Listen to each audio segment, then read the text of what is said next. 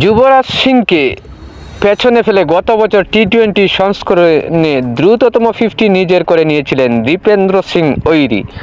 9 বলে দ্রুততম 50 রেকর্ড গড়ে এবার ভারতের সাবেক ব্যাটারের এক রেকর্ডে বাঘ বসিয়েছেন নেপালের ব্যাটার। টি-20 ক্রিকেটে 1 ওভারে 6 ছক্কা হাঁকিয়েছেন দীপেন্দ্র। আন্তর্জাতিক টি-20তে তৃতীয় ব্যাটার হিসেবে এই রেকর্ডটি গড়েছেন তিনি। নিজেদের ইনিংসের শেষ ওভারে 6 ছক্কা হাঁকান 24 বছর বয়সী এই ব্যাটার। কাতারের পেসার কামরান খানকে বিব্রতকর রেকর্ডে নাম তুলতে বাধ্য করেন নেপালের ব্যাটার। 21 বলে 64 রানে করে ম্যাচে অপরাজিত থাকেন তিনি। তার ওয়াসিফ শেখের 50তে প্রতিপক্ষকে 211 রানের লক্ষ্য দিয়েছে নেপাল। 2007 টি-20 বিশ্বকাপে ইংল্যান্ডের পেসার স্টুয়ার্ট ব্রডকে দুঃস্বপ্ন উপহার দিয়ে এই রেকর্ড প্রথম গড়েছিলেন যুবরাজ। বাতি অলরাউন্ডারের পরে সঙ্গেও ছিলেন কাইরন পোলার্ড।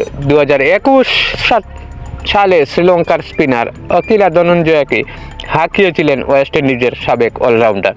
সব সংস্করণ মিলিয়ে আন্তর্জাতিক ক্রিকেটে দীপেন্দ্রর রেকর্ডটি সপ্তম।